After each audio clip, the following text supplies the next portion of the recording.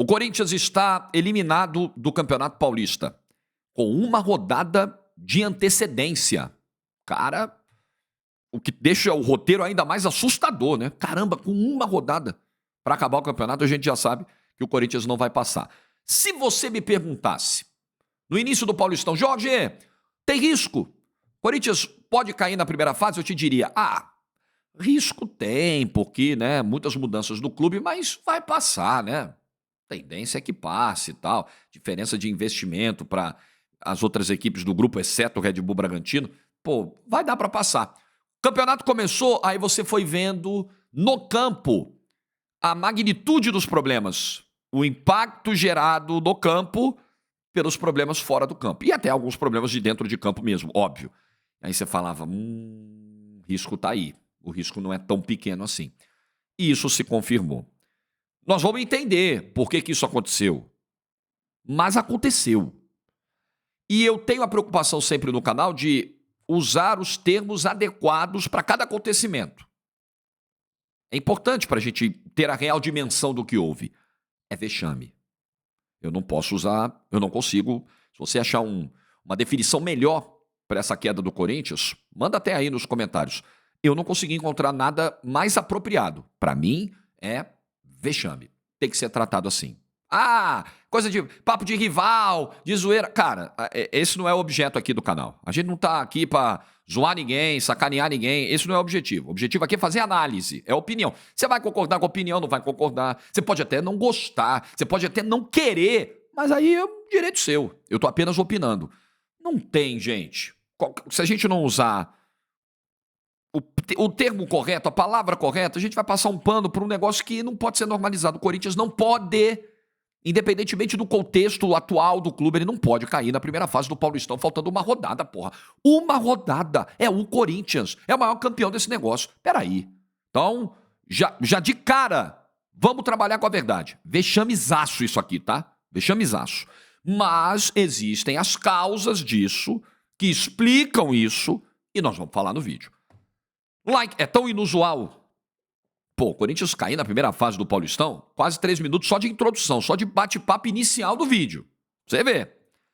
Like no vídeo, se inscreva, ativa o sininho. Vem, rumo a 170 mil inscritos por aqui. Rapidinhos os recados. Hoje, Choque Rei, São Paulo e Palmeiras. Meu palpite, empate hoje no Morumbis.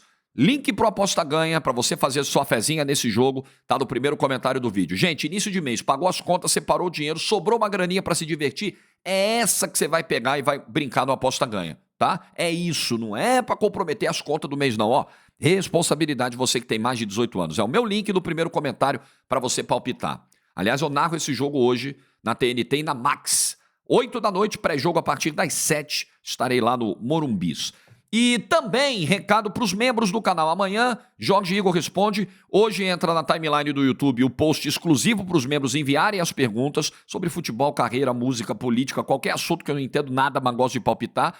E o vídeo amanhã, o Jorge Igor Responde de março, 8 da noite, somente para os membros do canal. É um conteúdo exclusivo para os membros. Se você não virou membro ainda, um valor tão pequenininho, você ajuda a gente, mostra teu carinho pelo nosso trabalho e tem esse conteúdo exclusivo. É só clicar no botãozinho e virar um membro do nosso canal. Então, vamos olhar. Não vai obedecer necessariamente uma ordem cronológica essa análise, não. A gente vai passando pelos acontecimentos à medida que eles forem passando pela minha cabeça também. Poxa, Antônio Oliveira. Corinthians termina o Campeonato Paulista eliminado. Perfeito? Perfeito. Aconteceu. Não era para acontecer, aconteceu. Vai jogar a última rodada contra o Água Santa para cumprir tabela. Inacreditável. Simplesmente inacreditável isso. Inacreditável. Mas o Corinthians do Antônio Oliveira ganhou 4 dos últimos 6 jogos. 3 no Paulistão e o jogo contra o Cianorte no Campeonato Paranaense. Foi brilhante em todos esses jogos? Não. Aliás, ontem, contra o Santo André, ele arranca a vitória dentro de casa, jogando consideravelmente menos do que jogou na derrota contra a Ponte Preta dentro de casa. Coisas do Paulistão, coisas do futebol, coisas da vida e coisas do atual momento do Corinthians, de um time em profunda reconstrução. Então ontem o Corinthians foi pior. O Corinthians não jogou o tempo todo no campo do Santo André como tinha jogado no domingo passado. O Corinthians não é desatento no segundo tempo e toma os 2 gols do Santo André. Corinthians tem alguns jogadores produzindo abaixo, o Romero lá pela direita, esquece, não vai render. Não vai render.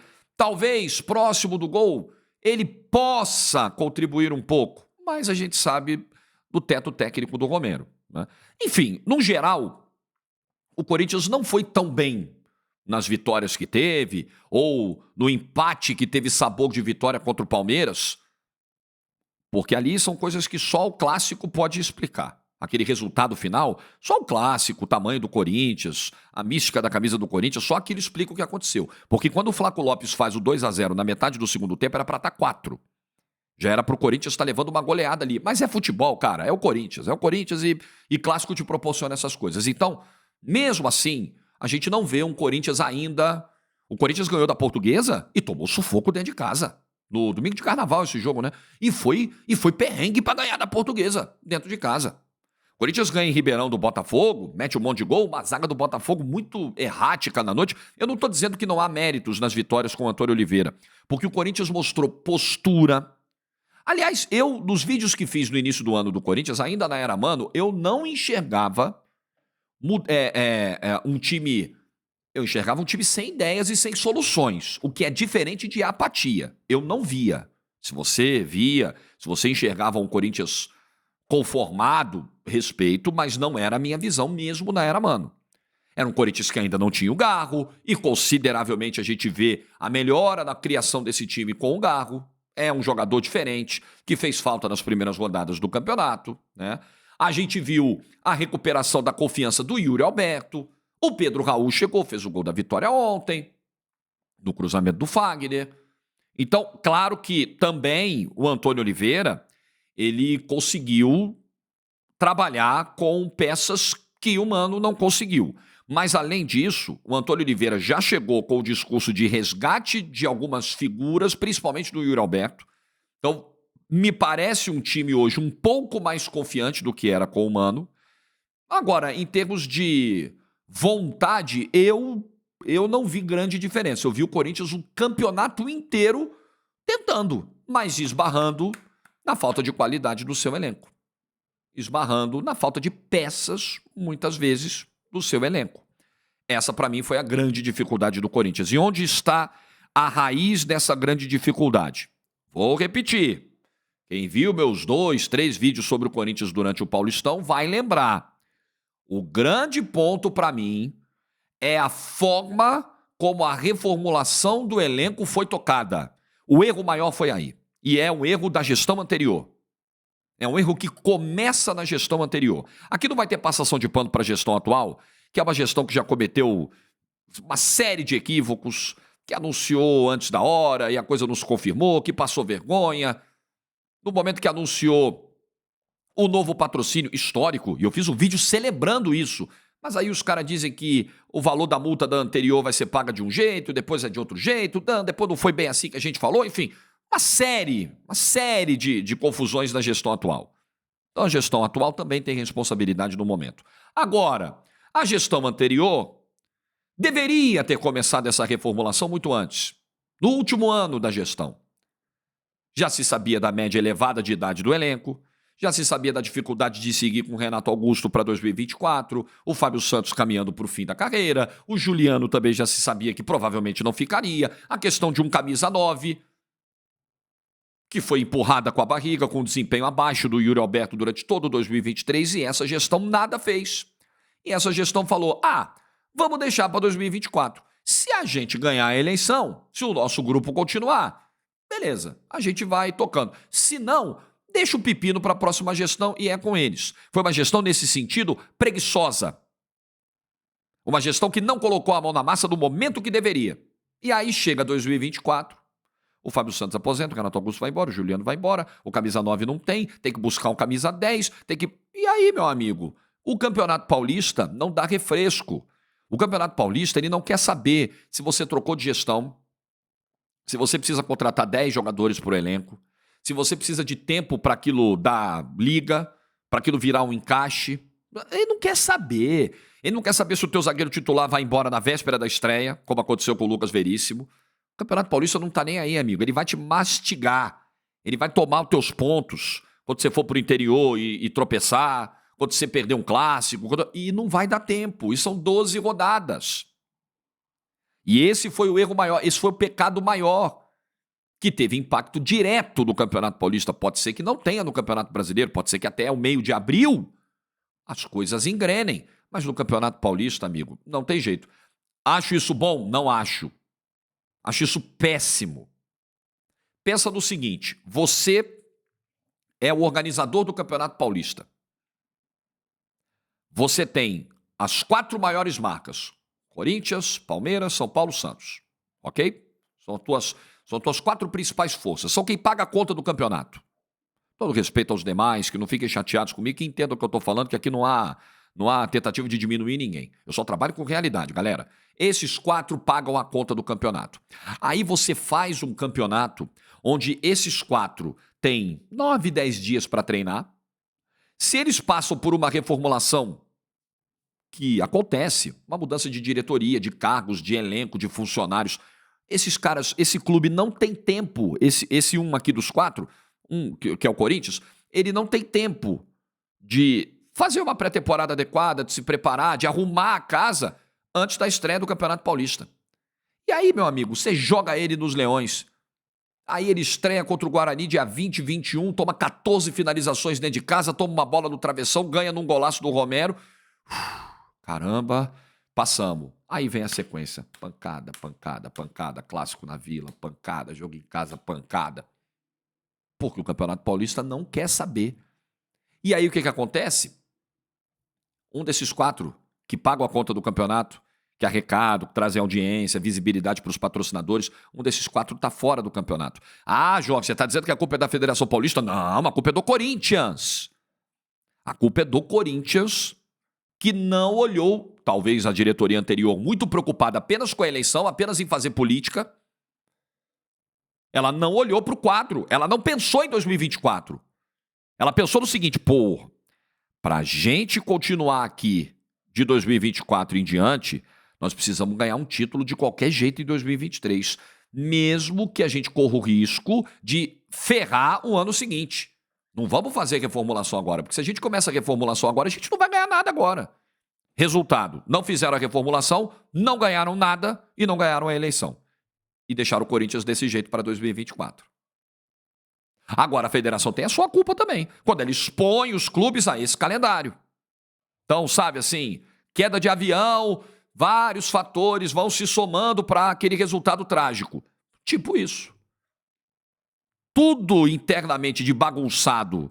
Na verdade, eu acho que não é nem bagunça o principal termo, mas a omissão de quem comandou o Corinthians em 2023, somada a esse calendário trágico, somada às trapalhadas da nova diretoria, enfim, somada talvez a uma relação, não sei se ruim do Mano com o elenco, porque eu sei que no futebol, às vezes os profissionais usam palavras duras um com o outro, calor do jogo, sai um palavrão, sai um xingamento, sai uma ofensa, depois se acerta, são coisas de campo, mas eu não sei se aquele episódio do Yuri Alberto lá em São Bernardo, flagrado pelos microfones, o quanto ele impactou também nessas 5 derrotas que o Corinthians sofreu. 4 delas com o Mano, né? Nas 5 seguidas foram 4 com o Mano. Eu não sei. Não dá pra gente medir, né?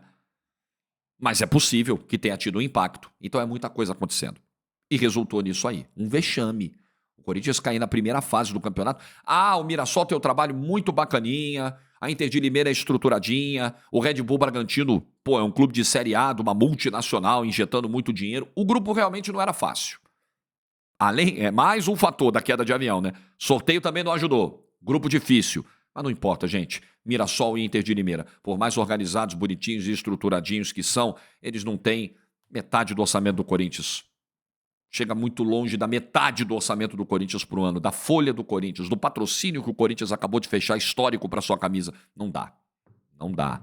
Não dá. E o Corinthians, nesse momento, é o último colocado desse grupo. Não é que o Corinthians ficou fora porque, faltou, né, no critério de desempate, ele ficou empatado com o vice-líder, aí no saldo de gols, no cartão amarelo. Não, cara, ele é o lanterna do grupo. Ele pode terminar esse campeonato como lanterna do grupo. Aí não dá. Aí, realmente, se a gente não tratar isso aqui como vexame, como o que realmente é. Agora, Corinthians melhorou com o Antônio Oliveira? Vamos olhar pra frente. Melhorou. Corinthians cresceu com o Antônio Oliveira? Cresceu. Corinthians mudou um pouco o seu anímico? Acho que sim. Não em termos de vontade, mas em termos de confiança. Isso se recuperou com o Antônio Oliveira. O Mano acho que já não conseguia dar respostas. Deixa eu lembrar mais um negócio aqui que eu não posso esquecer. A diretoria anterior, vamos lembrar, esse vídeo tem que repetir algumas coisas importantes, fundamentais. Além dessa diretoria anterior do Corinthians não ter iniciado a reformulação que deveria ter iniciado em 2023, ela ainda entregou para a diretoria subsequente um contrato longo, com multa milionária, com o treinador, que não se sabia se a diretoria futura, caso o grupo do Duílio perdesse as eleições, gostaria de trabalhar com ele ou não. E na hora que o Mano foi anunciado, a gente gritou aqui, gente, como é que você vai fazer um contrato longo? Os caras não sabem se vão ganhar a eleição ou não. E aí você deixa essa herança para a diretoria que vier suceder, que eventualmente ganhar a eleição e te derrotar. E os caras não estavam nem aí. Fizeram o contrato, fizeram a multa longa e a nova diretoria teve que segurar. Também não vamos esquecer, vamos cobrar, porque agora quem está na cadeira é o Augusto. Agora a cobrança tem que ser em cima dele, em cima do seu Fabinho, que dizem que, né, sim, seu Fabinho Soldado, que a gente ouve do trabalho dele no Corinthians é desanimador nesse momento. Desanimador. Aliás, muitas coisas que a gente vê e ouve sobre essa atual diretoria são de desanimar. Até porque, lembre-se, do período eleitoral era aquilo. Era o ruim e o menos ruim. Não tinha bom, não tinha nem mais ou menos. Quando se ouvia as entrevistas, quando se viu o debate da Gazeta, falava, puta merda, não tem nem mais ou menos, são dois ruins. Aí você tapa o nariz, fecha o olho e vai no menos pior. Foi assim que a galera votou. Não vamos esquecer que essa diretoria atual, a situação do Rojas é lamentável. É lamentável. Essa diretoria tem 2 meses no cargo e ela não conseguiu resolver a situação do Rojas. É lamentável você perder um jogador desse jeito. Isso não é coisa de Corinthians, gente. Quem perde jogador assim é time, porra, não é o Corinthians, pô. Então essa diretoria, ninguém vai tirar o dela da reta aqui não. Mas não vamos esquecer o que a diretoria anterior fez. Todo mundo tem culpa nesse processo aí. Ninguém, na medida correta, na proporção de cada erro, mas todo mundo tem conta nisso aí para pagar. Todo mundo está em débito nisso aí. A gestão anterior e a gestão atual. Mas voltando a olhar para presente e para futuro. Então, o risco de rebaixamento existiu em algum momento no campeonato. O Antônio Oliveira afastou isso aí, né? O Antônio Oliveira conseguiu resgatar os resultados e bom futebol, gente. Vimos em alguns momentos. Você pode até falar da vitória em Ribeirão Preto, que eu acho que o desempenho da zaga do Botafogo ali foi sofrível, mas ok. Você vai falar do jogo contra a Ponte, não ganhou, mas amassou a Ponte. Mas outros jogos, como Portuguesa, Santo André, ganhou sem convencer. Mas venceu.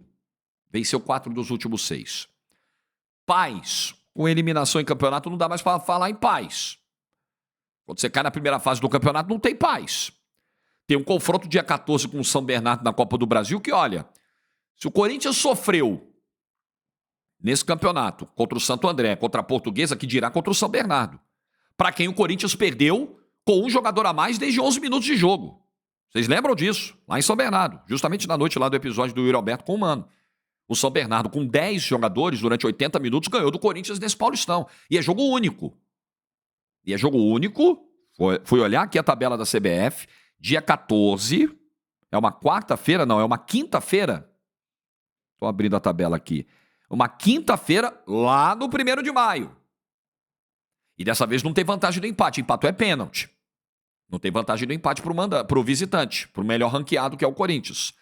Cara, é perigoso esse jogo. É perigoso esse jogo. E mais perigoso ainda, para fechar, é o Campeonato Brasileiro. Vocês lembram no ano passado, principalmente naquele momento ali de Sul-Americana, o Corinthians avançou naquele drama lá contra o Estudiantes e tal, e aquela história, não, o Duílio quer um título de qualquer jeito, ele quer deixar um título como legado da sua gestão. Nada, ele queria, na verdade, deixar um título como plataforma eleitoral para o André Negão ganhar a eleição e o grupo dele continuar. Era isso, esse era o desespero. E eu dizia aqui, gente, o foco tem que ser o Campeonato Brasileiro.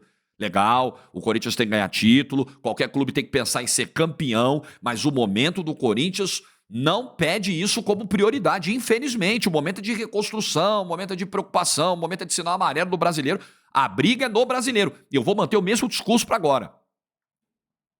A briga do Corinthians esse ano é terminar na primeira divisão da Série A. Simples assim. Esse tem que ser o grande objetivo. Beliscar uma vaga de competição internacional. Rolar um encaixe. Rolar mais reforços chegarem. E aí esse time brigar por uma vaga de pré-libertadores, por uma primeira metade de tabela, ter uma tranquilidade no Campeonato Brasileiro, não precisar fazer continha. Para mim, esse é o objetivo do ano do Corinthians. Primeiro ano de uma gestão nova, o clube mudou profundamente em vários dos seus departamentos. Então é um clube que, 16 anos na mão de um grupo, cara, quando tem uma mudança como essa, é choque, não adianta. Não adianta. O clube demora um pouco para entrar num ritmo de normalidade, de funcionamento de dia a dia. Então o Campeonato Brasileiro desse ano ele é perigoso para o Corinthians. Ele tem que ser tratado como uma prioridade número 0. É brasileiro. A Copa do Brasil, claro, não pode cair para o São Bernardo na segunda fase. Não pode. Tem que tratar esse jogo com muita importância. Muita decisão. Final de Copa do Mundo para o Corinthians. Aí depois segue a vida.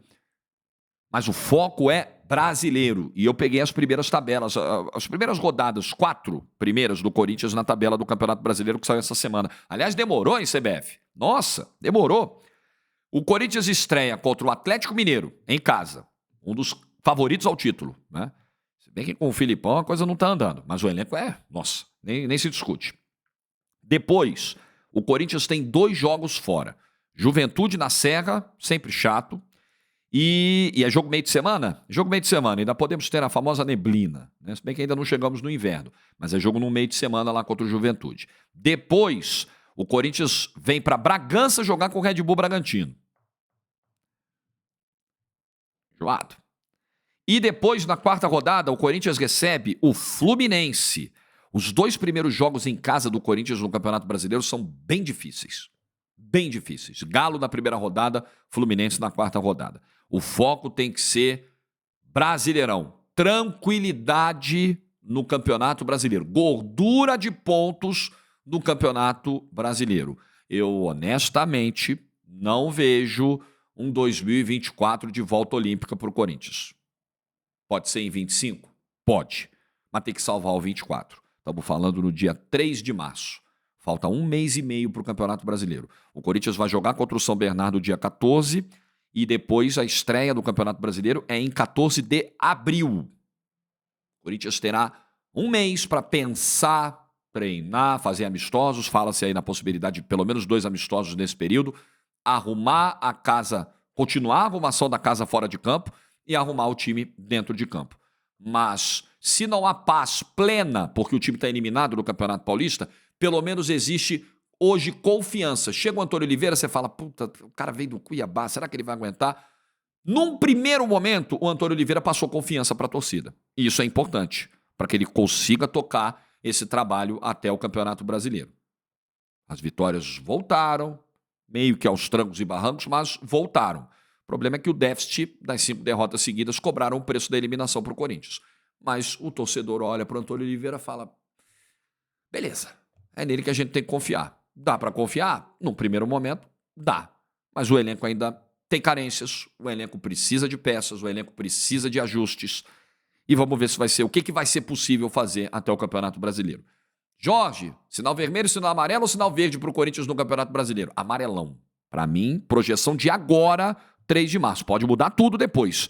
Para mim, nesse momento, o sinal do Corinthians para o Campeonato Brasileiro é um amarelo gigante. É um momento mesmo de preocupação. O que você pensa aí da fase corintiana, do brasileiro que está por vir? Deixa nos comentários. Bom domingo para todo mundo. Vejo você hoje na transmissão da TNT e da Max de São Paulo e Palmeiras. Estarei com toda a equipe lá no Morumbis a partir das 7 da noite. Choque Rei. Quente, porque o Palmeiras já está classificado, mas o São Paulo não. O Palmeiras pode ferrar a vida do rival.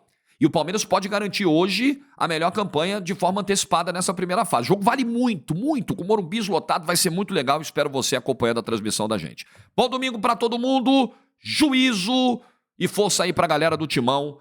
Que dias melhores venham aí, principalmente no Campeonato Brasileiro, que tem que ser a obsessão. Tchau!